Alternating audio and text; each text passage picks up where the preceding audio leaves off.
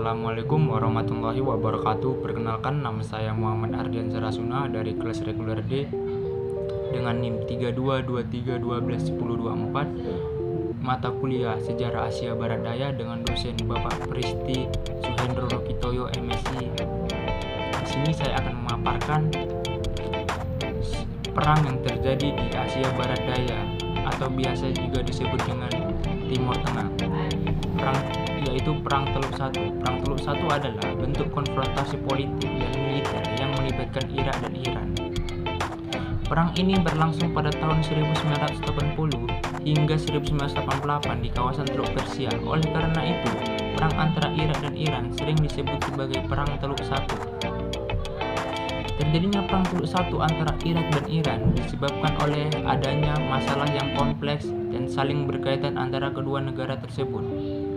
Beberapa faktor yang menjadi latar belakang Perang Teluk Satu yaitu adanya konflik antara etnis Arab Irak dan etnis Persia Iran, konflik antara mazhab Sunni Irak dan Syiah Iran, pengaruh konflik sejarah kedinastian besar Islam antara dinasti Umayyah dan Abbasiyah.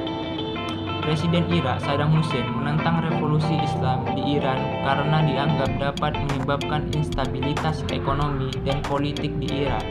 Sengketa wilayah perbatasan negara antara Irak dan Iran. Kronologi Perang Teluk Satu diawali dengan invasi pasukan Baghdad, Irak ke wilayah Iran pada 22 September 1980. Dalam buku Barat Timur Tengah pada tahun 1991, karya M. Reza Shihbudi, sengketa perbatasan dan instabilitas politik Iran mendorong Saddam Hussein untuk melancarkan invasi ke wilayah Khuzestan yang merupakan lumbung minyak Iran.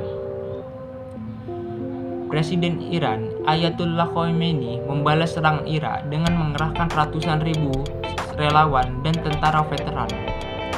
Dengan pasukan tersebut, ia mampu menyudutkan pasukan Irak dan mengembalikan keadaan Perang Teluk Satu. Dalam Perang Teluk Satu, Irak mendapatkan dukungan dari Arab Saudi, Kuwait, Eropa, dan Amerika Serikat. Di sisi lain, Iran juga mendapat dukungan dari negara-negara Timur Tengah, seperti Suriah, Libya, dan juga Yaman Selatan. Pada tahun 1982, perang antara Irak dan Irak mengalami kebuntuan. Kedua belah pihak mampu saling menggagalkan serangan satu sama lain di wilayah perbatasan. Pada perkembangannya, Ayatollah Khomeini berusaha untuk terus melanjutkan perang dan meruntuhkan rezim Saddam Hussein di Irak. Namun usahanya mengalami kegagalan yang disebabkan kuatnya pertahanan dari pasukan Irak. Serangan-serangan pasukan infanteri Iran dengan mudah dihalau oleh kekuatan udara Irak yang superior. Dampak Perang Teluk Satu. Perang Teluk Satu berakhir ketika Dewan Keamanan PBB mengeluarkan resolusi yang berisi tuntutan gencatan senjata antara Irak dan juga Iran. Pada 17 Juli 1988, Irak dan Iran menyetujui resolusi PBB dan secara resmi Perang Teluk Satu berakhir.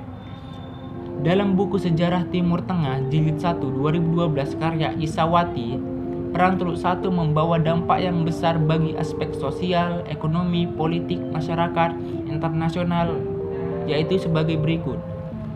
Menyebabkan fluktuasi harga minyak dunia, terjadinya krisis politik dan sosial di kawasan Timur Tengah, terganggunya pelayaran internasional di kawasan Teluk Persia, menyebabkan kerugian. Sekian pemaparan saya tentang Perang Teluk Satu, lebih dan kurang mohon maaf.